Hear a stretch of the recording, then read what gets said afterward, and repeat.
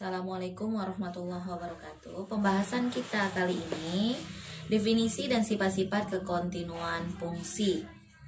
Nah, di sini kita akan membahas kontinuan fungsi dengan metode yang pertama itu grafik. Perhatikan contoh 1. Di kelas 10 atau waktu kalian SMP, kalian pasti udah paham dengan fungsi seperti ini, yaitu ini adalah fungsi tangga. Jadi setiap loncatannya ini adalah fungsi tangga. Ini fungsi tangga. Jadi kalau dia di 1, kemudian dia di 2 loncat. Jadi kalau ada loncatan seperti ini, jadi ini adalah diskontinu di setiap titiknya. Jadi dia diskontinu di setiap titiknya karena adanya loncatan pada setiap grafiknya, loncatan atau lompatan ya. Jadi fungsi tersebut adalah diskontinu. Kemudian perhatikan contoh 2. Sebelum kita masuk ke contoh 2, kita membahas kekontinuan fungsi. Andai kata kalau kita masukkan dia 1, F-nya 1, maka hasilnya 1. Kemudian F1,1 juga dia hasilnya adalah 1.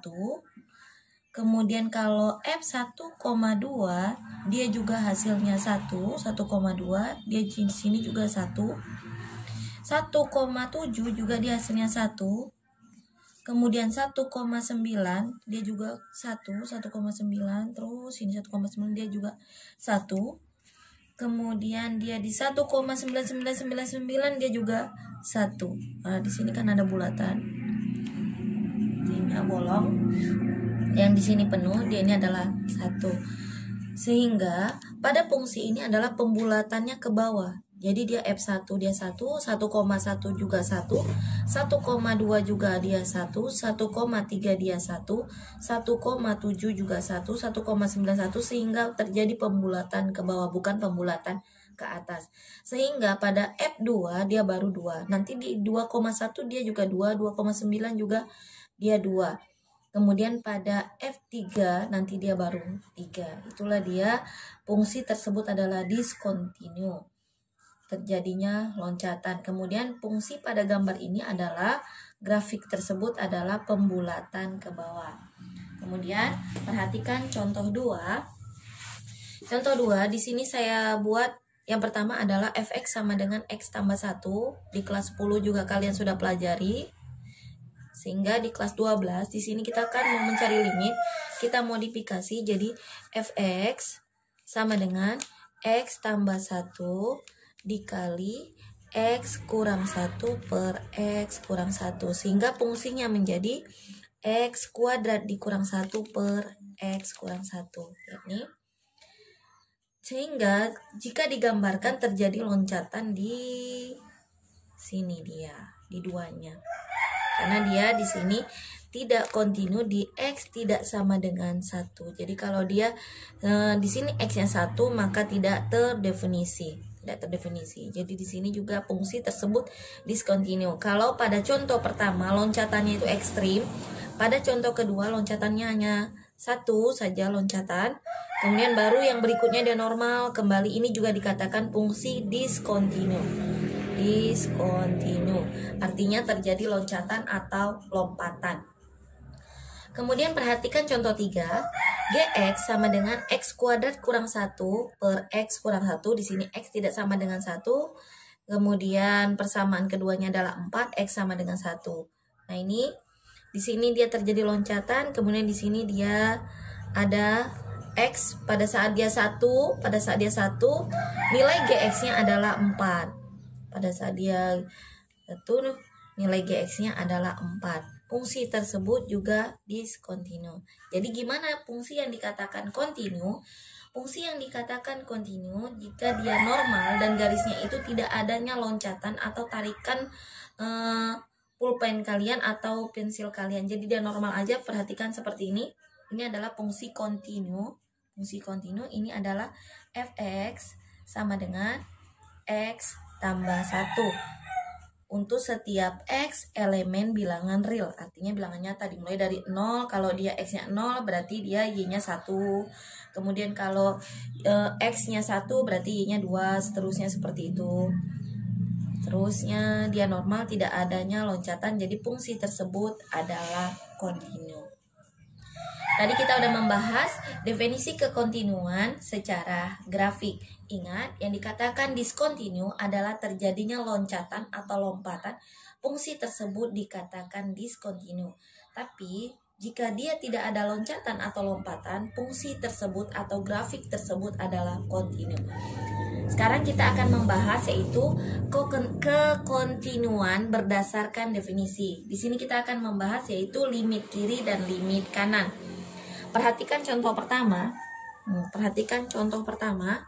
Ini kita membahas limit kiri dan limit kanan. Contoh pertama, kalau kita bergerak dari kiri, maka ini adalah nilainya 1, ya kan? Kemudian kalau kita bergerak dari kanan, kalau ini bergerak dari kiri, ini nilainya adalah 0. Ya, salah saya tadi, hilap ya. Kalau dia bergerak dari kanan, dia nilainya adalah 1. Sedangkan bergerak dari kiri, nilainya adalah 0. Sehingga limit kiri dan limit kanannya tidak sama. Jadi fx, jika ini kita simbolkan, kalau untuk limit kiri, limit x mendekati 1, di atasnya diletakkan min, fx sama dengan 0. Kalau dia bergerak dari kiri, itu limitnya 0. Kemudian kalau bergerak dari kanan, jadi limitnya x mendekati dari 1 plus, fx sama dengan 1, nilainya adalah 1. Sehingga kesimpulannya bahwa limit kiri dan limit kanannya tidak sama. Limit x mendekati 1 min fx tidak sama dengan limit x mendekati 1 plus fx. Kemudian perhatikan dari contoh 2. Contoh 2, jika kita bergerak dari kiri, ini adalah 2. Jika kita bergerak dari kanan, ini juga 2. Kita bergerak dari kiri dan kanan, ini juga sama. Kiri dan kanan. Kita bergerak dari kiri, itu 2. Kita bergerak dari kanan juga 2. Jadi ke kanan, ke kiri. Hilap ya, ini ke kanan, ini ke kiri. Hilap saya. Jadi ini kalau ke kanan, ini juga 2. Kalau ke kiri, dia juga 2. Sehingga limit kiri sama dengan limit kanannya. Atau limit x mendekati 1 min, fx sama dengan limit x mendekati 1 plus fx. Jadi kesimpulan dari fungsi pertama dan fungsi kedua adalah, yang pertama, untuk fungsi pertama, untuk f sama dengan 1, jika kita masukkan f sama dengan 1, itu tidak ada. Untuk f sama dengan 1 tidak ada karena terjadinya loncatan tidak ada. Sedangkan untuk f1-nya dia terdefinisi. Fx-nya tidak ada karena limit kiri dan limit kanannya tidak sama. Jadi kemudian untuk f1-nya dia terdefinisi.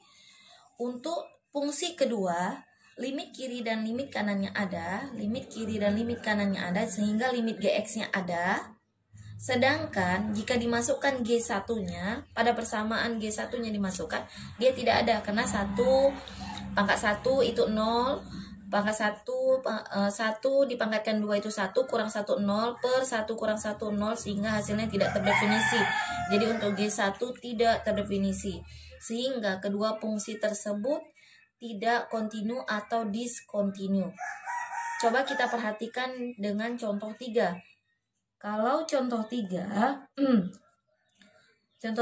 limit kiri, ini kan contoh 3 hanya penambahan 4 aja. Contoh 3, limit kiri dan limit kanannya ada. Sama-sama yaitu 2, tadi sini sama 2. Sedangkan untuk G1-nya pada saat dia dimasukkan X yang sama dengan 1, nilainya adalah 4. Pada saat dimasukkan G-nya 1, nilainya adalah 4. Apakah fungsi pada contoh 3 kontinu? Belum tentu ya. Karena syarat dari kekontinuan adalah 1, perhatikan syarat dari kekontinuan, fx dikatakan kontinu di x sama dengan c jika dan hanya jika 1, limit x mendekati c dari fx-nya ada. Kemudian yang kedua, fc terdefinisi di domain f. Jadi limit kiri dan limit kanannya ada. Kemudian fc-nya terdefinisi di domain f. Pada contoh 3 terdefinisi.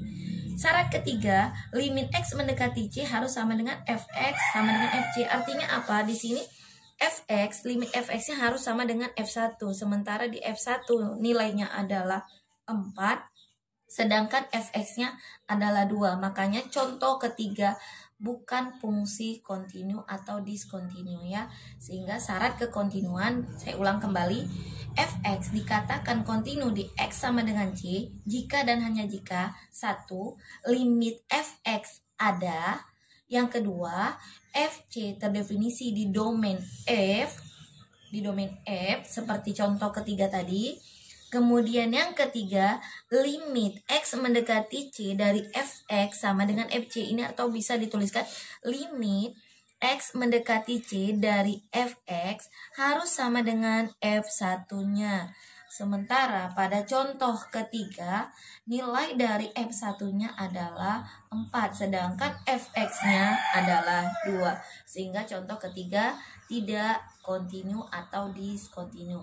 Jadi yang dikatakan fungsi kontinu, kita perhatikan grafik yang keempat, yaitu Fx sama dengan X tambah 1 untuk setiap X elemen R. Ini semuanya kontinu di Fx ya, seperti ini. Untuk limit kiri dan limit kanannya, kalau dia bergerak ke kiri, ini bergerak ke kanan, ini bergerak ke kiri, dia nilainya sama, yaitu 1. Jadi Fx-nya ada. Fc-nya terdefinisi di domain setiap F.